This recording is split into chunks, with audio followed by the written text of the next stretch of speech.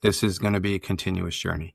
A big part is ego and the fact that you cannot do it all yourself, and understanding that there are people smarter than you, and it's okay to hire them to work with you, not for you. And I try to implore that when we lose as a team, that's my fault. When we win, that's them. I give them all the accolades. I don't need the accolades. I'm able to carry the ball all the way down to the red zone. I don't want to pass it off. Give them that sense of accomplishment. They might be at a different stage in their career and they need that win. Welcome to the True Leadership Podcast, where we sit down with executive leaders to explore what leadership really means through the lens of their stories, their wins, their struggles, their vision, and their lessons along the way. I'm Ty Hammond, founder of One Mountain Leadership and creator of the True Leadership Approach, an awareness-based path that helps leaders shift their focus from what to do about their problems to how to grow from them. Whether you're just stepping into leadership or are well-seasoned and at the top of your game, your potential won't be realized following someone else's script. But you can draw insights from their stories and turn it into wisdom by putting it into practice in your own life. Welcome to the True Leadership Podcast, where we explore the essence of leadership beyond tactics and performance by sitting down with executives to hear what matters most to them. I'm your host, Ty Hammond. Today's guest is David Pearson. David is a Chief Human Resources Officer and Executive Advisor who partners with CEOs and boards to align people strategy with growth, performance, and long-term value creation. With more than 25 years of experience, he operates as a business leader first, translating workforce strategy into measurable enterprise impact. At Extensus HR, David leads people and culture across a high-growth PEO environment, focusing on operational excellence, AI-enabled HR, leadership development, and scalable systems that drive performance. Recognized as a 2025 top CHRO in New Jersey, and recently as a 2026 nonprofit trailblazer by New York City and New York State, he is known for connecting strategy to execution while building cultures where both organizations and people thrive. It's my pleasure to welcome David here with me today. Welcome to the show. Thank you, Ty. It's a pleasure to be here. I look forward to our conversation. Absolutely. So I always begin here. Every leader, of course, every human has a beginning. Who we are at work and in life starts taking shape long before we make it to any position of executive leadership, any office. Who's someone from your early life or an early experience that really helped shape the leader and the person that you are today? Sure, absolutely. So I think there's a lot of different ways that I can answer this question, whether it was in my early years of corporate America or if I really want to dial it back to my childhood. As I reflect on this, I would definitely say that it had to be my parents, both my mother and father, hardworking individuals. My mother was a stay-at-home because she had 5 kids, and I was number 4 in that line. And the way my family always viewed me is I was the older, younger brother, whether it had to be with getting in trouble or taking care of a situation that they might have been in. So that has kind of rung true, and it's still true today. But my father owned a small home improvement business, and I was able to really observe in my early years what it meant for customer service and client interaction. As easy as sitting down, having a cup of coffee with one of the people he's working with. You know, while I'm sitting there running the tools in and out of the house, he's conversating. And ultimately what ends up happening is we're doing a small job. Next thing it turns into rebuilding a kitchen or rebuilding the house. And all that had to do with that interaction.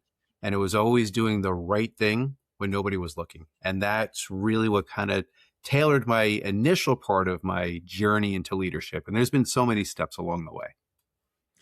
Yeah, I'm so curious. Like, what are the ways that, first of all, it sounds like, hats off to Dad for doing good work and doing the right thing. It sounds like that is a highly, highly valuable integrity.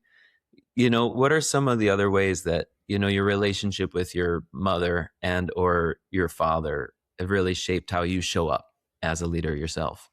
Yeah, so really good question too. One of the things that my parents always implored amongst all of us, now there's 5 of us and every single one of us are different. They never pushed us to go to be a doctor or to be a lawyer. If we wanted to, hey, sky's the limit. They would support you through and through, but it was never, this was your journey and this was your pathway. So if you look at my family, we're all doing different things, every single one of us, but somehow there's a unifying factor across the board. We're all pretty much the same person through and through. But as I look at some of those interactions that both of my parents had, because my mom went back into the workforce later on in life. You know, as all the kids grew up, she went in, she was a paralegal for an estate planning company. So she saw some of the interactions of folks that had millions and millions of dollars and what it meant when the estate was being settled and how the family would turn against each other. So again, kind of going back to what I was talking about with that level of integrity and doing the right thing, my entire family has it across the board. At the root of it are my parents.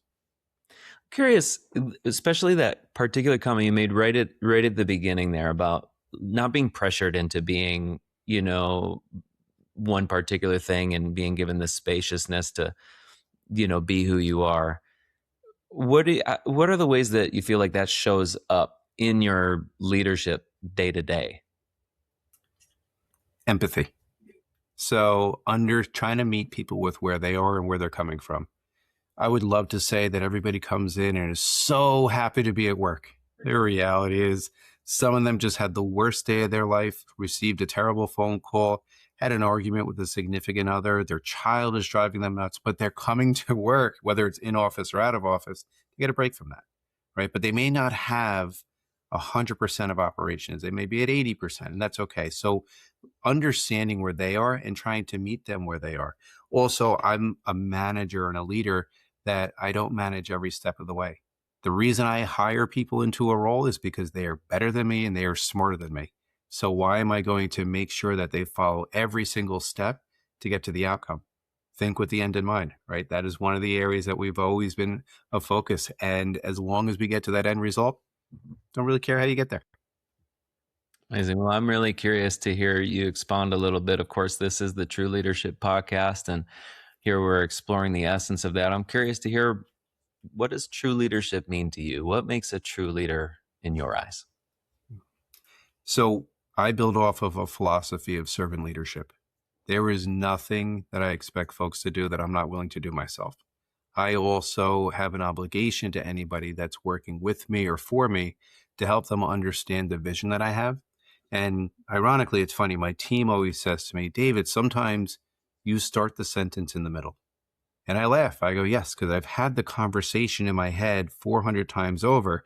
So the longer I've worked with them, the more they'll either get together and say, hey, do you know what he was talking about on the first end of it or on the back end? And if not, again, I'm approachable. So I'll dissect it a little bit further for them. But a lot of that is because, again, I'm never going to ask my team to do things that I wouldn't do myself.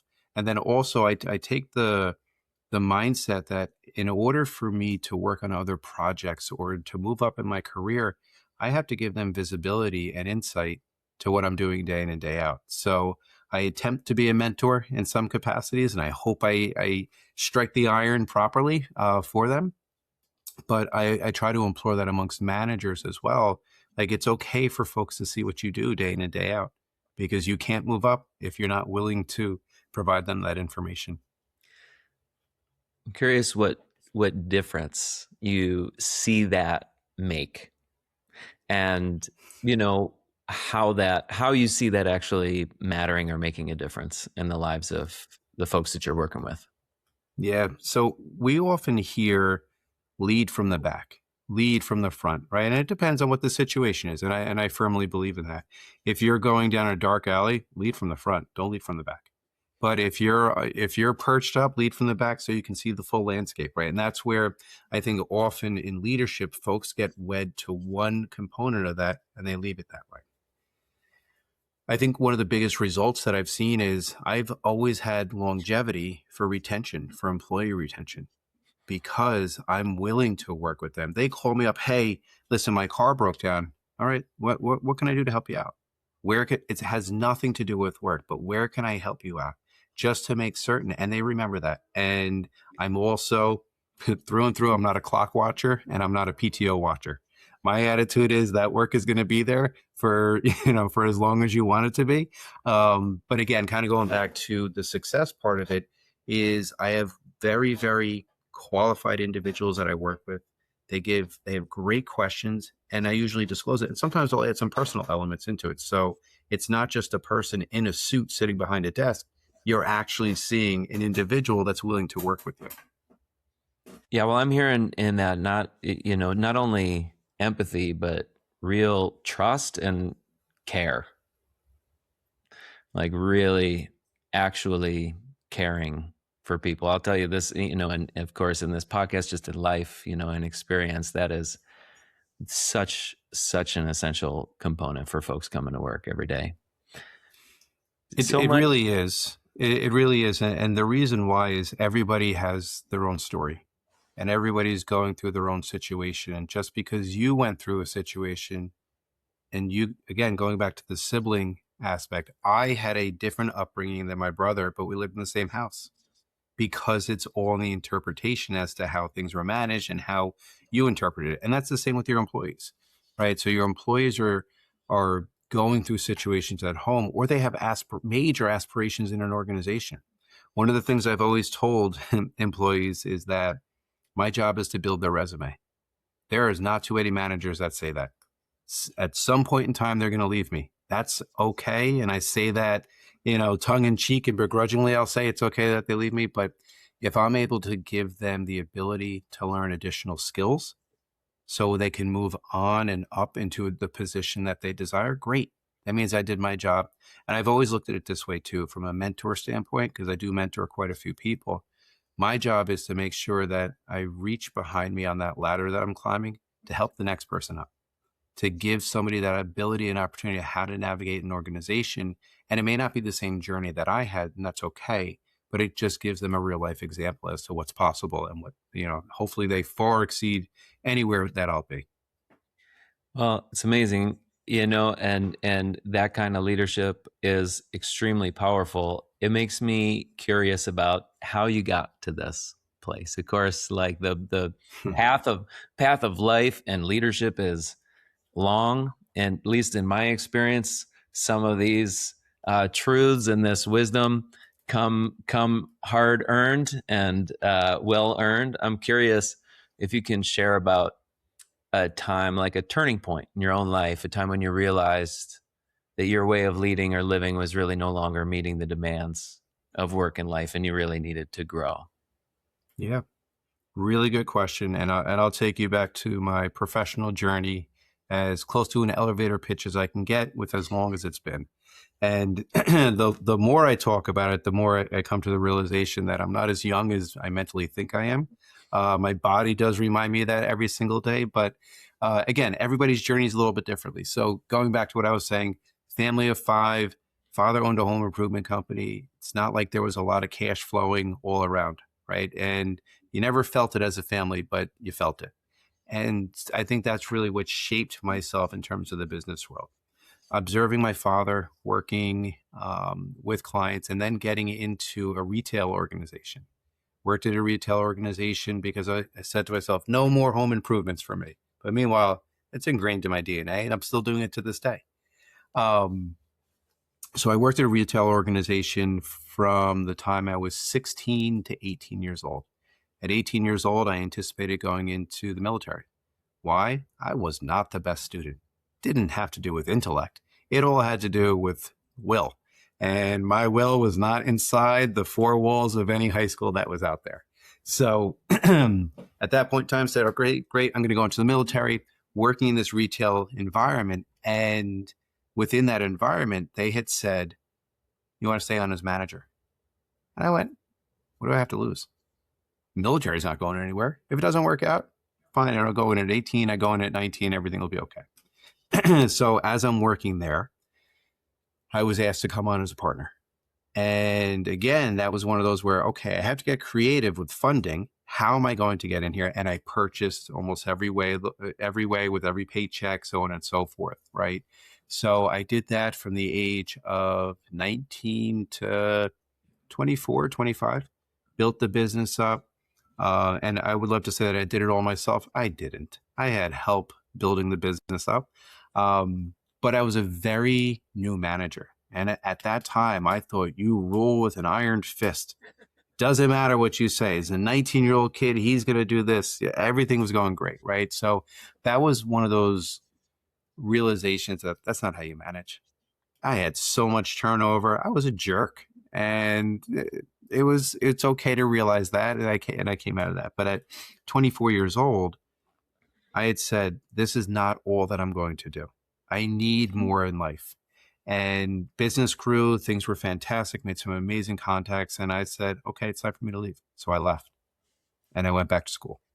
And I went back to school for human resource management. But great part is I wasn't earning a paycheck, but I still had a mortgage because I bought a small condo along the way. So somehow I've got to fund the bills. And then I myself opened up a small home improvement company. This way I can do that during the day. And I went to school at night and I went to school on the weekends. So I took a double accelerated program because I said, I want to get this over with. I want it done. Let's get my bachelor's. Let's call it a day. Through that, there was one of my father's clients. They had an unfortunate event where their house burnt down. So my father and I paired up. I was working with the insurance companies, dealing everything on the corporate side. Rebuilt the house, worked with the subcontractors, all that fun stuff. And again, it gave me more insight into business just in general. Graduate, took a massive step back in my career, financially, not professionally. It literally was the slingshot where you pull it back in order to catapult yourself forward. So I ended up going to work for a large retail organization in the HR space. But there was so much turnover. It's retail. So what happened was, as one of the HR leads, I was now responsible not only for one location, but it ended up being 6 additional locations. So you can just imagine the mileage on the car. I'm young, recently married, all that fun stuff is going on. Exhausting, burnout in about a year and a half. So now here I am looking back on, okay, you know the manager you don't want to be, and you know the industry you don't want to be in any longer because it's burnout. I got a call from a large PEO and they said, hey, we've got an opportunity for you. I said, cool. I have no idea what a PEO is, a professional employer organization, right? So it is ultimately what PEOs do is we are the back office for HR. We handle payroll, benefits, labor law compliance, all the stuff that no business wants to handle. That's what we do. That's what our business is. So went to the large PEO, met a lot of great contacts, and I'm still remain in contact with them today. Learned how to manage multiple businesses, whether it was a marketing firm, a hedge fund, private equity, any of those, and then even down to the landscapers, right? I was working with them. But what was great was every year of service that I did with that company, it was like 20 years of experience because you would have to go from company to company to company in order to learn that. I moved up in that organization, and through the course of that, I was given a call by my current company. I've been with my company for 13 years, which is a very, very long time for anybody to be enrolled. I get a call and I said, hey, listen, do you want to come over? And I go, you're a very small company at this point. I'm married. I've got 2 kids. Now I've got a mortgage on a house. I'm saying, what do I have to lose? Well, I can lose all of that. I said, sure, why not? Why don't we go ahead and do that? And this, again, is the abbreviated version that I'm telling. There's a lot of like trials and tribulations that are going through. So I went into that company and had the opportunity to build out the HR infrastructure. I had the ability to manage multiple businesses. I had the ability to build out the recruiting function. And then we had come to the realization as we grew, we needed internal focus. So then I focused on the internal operations of the business as opposed to the outward side to our clients. And that's what I've been doing over the last number of years, and moved into the CHRO role about a year and a half ago. Prior to that, I was in the SVP role. But what's been great is having conversations with leaders, having conversations with multiple businesses and different levels of sophistication, which has been really cool because you're able to observe what their interactions are. And then I like to bring some of my journey to them, especially when I'm having conversations. I'm a member of quite a few councils. And through those councils, I have the opportunity to mentor folks that are up and coming. I talk at colleges what I love about that is the eagerness and the passion that they have. And I'm like, that light has not dimmed out yet. And it gives me additional light and invigoration into my day. So I really enjoy that part of it. And that was kind of going into what I was talking about earlier, where it's my obligation to reach my hand back to Yeah. help folks up along the way. And I've had mentors. Yeah. I mean, it's an amazing dynamic arc. I'm curious. I mean, that's a lot of growth. First of all, to talk about just the juxtaposition of you now in your leadership now versus the heavy-handed 19-year-old that you started off with. That's a massive amount of growth, right? What did you need to let go of along the way? So, and I think I'm not even there yet. This is going to be a continuous journey. A big part is ego and the fact that you cannot do it all yourself, and understanding that there are people smarter than you, and it's okay to hire them to work with you, not for you. And my team will attest to that. I always, when I introduce people, they don't work for me. Yeah, on the org chart they do, but in reality, they work with me. And I never take away the proposals that they bring forward. So when I'm having conversations with my CEO or the founder of the organization, it's always, this was Ty's idea, or Ty and I were discussing. And we start to go through it that way versus me saying, well, I this, David that, because now all of a sudden you lose the credibility of your team. And I try to implore that when we lose as a team, that's my fault. When we win, that's them. I give them all the accolades. I don't need the accolades. I'm able to carry the ball all the way down to the red zone. I don't want to pass it off. Give them that sense of accomplishment. They might be at a different stage in their career and they need that win. They need to feel all that recognition and everything to that degree. I don't need that. I don't. But I would say the short answer to your question is ego. Understanding self-realization as to what you're good at, what you're not good at, and thrive in the areas that you're good, and understand, look in the mirror and say, I need help. I need somebody to fill that gap in order for us to be successful.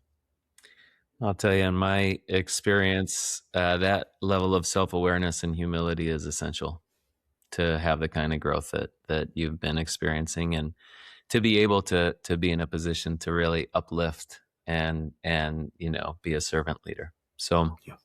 I'm curious to hear from you, David. What's your vision for your leadership, your legacy, the impact that you want to have in the years ahead? So it's kind of twofold. I have two young kids, 16-year-old and a 14-year-old. So when I talk about legacy, let's rewind the clock 6 years ago when all of us were working from home, and my kids only understood work as take your kids to work day, or the days where they would come into the office and eat M&Ms and all the other fun stuff. And they're like, oh, cool, this is what dad does for work. Now, all of a sudden, COVID hits, and they're at home right next to me, and they're hearing me on the phone. And my son is a character. So he goes, Dad, all I hear all day long is blah, blah, blah, blah, blah, ha, ha, ha, ha, ha. So, and he wasn't wrong. All he heard was the conversations, and we know how a business day goes. So there was one day where I had sat him down and I was showing him one of my slide decks, and he goes, whoa, this is a lot of information. And it was a pretty robust one, like 150 page financial analyst. Like it was all in. I'm like, this is what dad does. So, but let's fast forward a couple of years. They're at a stage where I constantly ask them, hey, what do you want to do? This way I can support them in their direction and their growth. And both of them say, I just don't want to work behind a desk. And I fall back on my desk and go, what do you think pays for everything? So, they're at that stage where I will, same as my parents did, I will support them in any which direction they want to go. So that's the legacy part of it. I want them to understand how hard I've worked to make their lives easier, but also just the little nuggets that I've left along the way so they themselves can develop. When I talk about a vision, right? So I'm still relatively young, somewhat young. There's still a lot more miles left on this road to work. If you look at my career and just the LinkedIn profile career, it's been relatively successful, right? A couple of pitfalls here and there, just as anybody else, some lateral moves, some lattice moves. It is always the what's next. I enjoy conversing with business associates, but I also enjoy spending time out on the beach. So can I make a CHRO on the beach? Maybe. There might be something to that degree. It's really hard for me to say, hey, this is what my tomorrows bring. But what I would say that I'm rooted in is providing as much information and knowledge to folks to help them grow. So being a supporter, being an educator, being an advocate for them, all while running a business and folks being satisfied with where they go. I never loved the term, are your employees happy? Happiness is a hard measurement tool. Are they satisfied? A little bit easier. And there's days where you say, hey, do you want to come into the office or would you rather spend time at the beach? They're going to be happy at the beach. They're not going to be happy in the office. So looking at the legacy part of it, I would just love to think that whenever I'm in an organization and when I leave the organization, I've improved certain areas, whether it's from a process standpoint or from a personal standpoint, where I've been able to provide that support. And I think a true measurement and indicator there is that I still have contact with folks that I used to work with, and I continue to have contacts, obviously, with folks that I do work with today. I've been sought out by a number of folks in my networking group to be a mentor to them. And I look at it as a two-way street. I want to understand where they're coming from, but I also want to provide them as much guidance as I possibly can. I love that. I think that, those relationships, staying in contact with people over time is a really significant indicator of the kind of impact that you've had. Yeah. Where are you feeling the most tested right now? What are the challenges stretching you the most in leadership and life currently? So I'm going to answer this no differently than every other executive you see out there. Everything we do is AI rooted and AI based. I was just recently out at a conference talking about leadership in AI and the multiplier effects and everything else to that degree. And the audience was great. They had such awesome questions. They held me back afterwards, and we really started diving deeper into it. But why the audience was so large and so engaged was because they themselves have an element of concern and anxiety built around it. What does this mean for tomorrow? We have a landscape, or even if you look into the media is like, hey, this company's laying off 30% of their organization due to AI. This company's laying off 10% due to AI. It's not entirely true, right? Some of it is, like, I don't want to downplay that part of it, but I think what a lot of leadership folks are going to struggle with is you have all the media notions coming in. So now you have staff that's really, really concerned. And now all of a sudden you introduce a new AI function or feature. It doesn't matter what platform you're using. The immediate reaction from staff is going to be, I'm being replaced. When in essence, it's support. I use AI through and through. I love it. It packs my clothes for me. I'd love to say it physically does it, but when I go on my trips, I am a last minute packer. I hate packing. I love traveling, hate packing, but I'm an overpacker because I didn't think about it in advance. So I go into one of my AI agents and I say, I'm going away for 4 days. I'm going to be out in California. This is where I am. This is the weather. I'm going to be sitting at a conference all day, or I'm going to be speaking, or I'm going out to this dinner, or I'm doing this. Make me an organized packing list. Within seconds, it builds it out. And then I can ask it to transfer it I use an iPhone, into my iPhone. This way I can click off on the buttons and it does that. So at my last presentation, I did that. It was great. I was like, this is awesome. The one thing it forgot was my cufflinks. And then ironically, I go, look, all 4 of my shirts that I packed were French cuffs. So here I am. I'm like, what do? I run downstairs. I have a conversation with, I have a conversation with the gift shop, and the gift shop is like, no, we don't have any cufflinks. And I'm like, what do I do? Right into my AI agent. So what do I do? So I was using paper clips to tie everything together. And that was how I introduced it. And the moral of this story is the fact that there has to be a human double checking the information and making sure that everything is accurate. It's not going to replace, it took away the anxiety of me packing, but you have to double check it, right? You have to own the voice as opposed to just the full output of it. So There's a lot of cool features and functions that are coming out just with AI in general, but that's what a lot of leadership is faced with.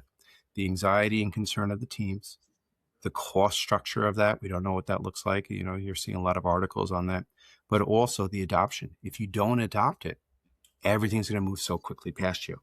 And now you become that dinosaur. Somebody my age, I grew into technology. I didn't grow up with technology. And I think that's why I am so enthralled in every capacity of AI. And that's why I enjoy it through and through. Yeah, I really took from that, utilizing these AI agents and AI in general. It's a bit like delegation. Yeah. Yeah. Oh, 100%. It is a personal assistant in areas that make sense. But also I'll give a great example. One of the agents I have for the organization is my org chart. Now, years past, I'd go into Visio and make the adjustment there, or you go into PowerPoint and make the adjustment there. Now, within the agent, I'll say, okay, David Pearson's new title is X, Y, and Z. It will update it in every area. Takes seconds as opposed to 30 minutes. I do a board letter every single month for my organization. It's probably 2 hours of solid heads down work, pulling reports, all that stuff. So that 2 hours takes me an entire week to do because you've got other emails flowing in and things to that degree. But now what I've done is I built it out of my AI agent and I do an overlay. So I will put the information in and it will automatically update my format. And then I ask it to highlight areas that have changed. So then I can put my eyes on there to make sure that it's accurate. And then I also ask it to develop any inaccuracies. So there's going to be a big change here where it's not a search engine.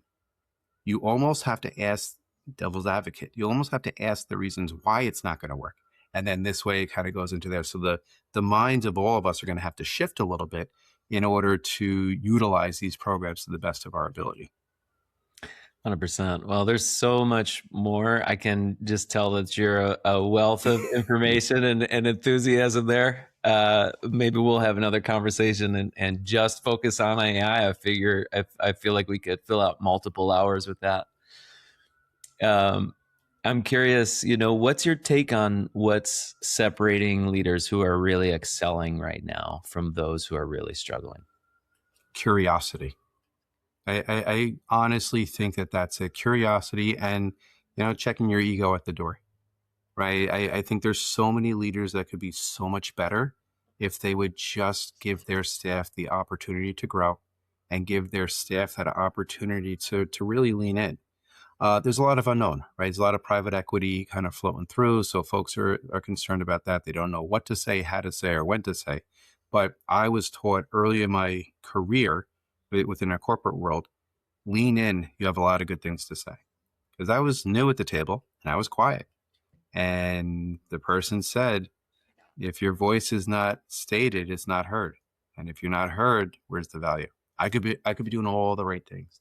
So I think a really big piece or big thing to take away is that research, be curious to everything, but also be okay with change. As businesses grow, you might develop the best process in the world. That was great for that point in time.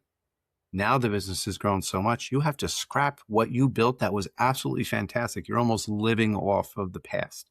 And it's hard for a lot of folks to say, nope, that's deficient and that's deficient. Why? Because you did it.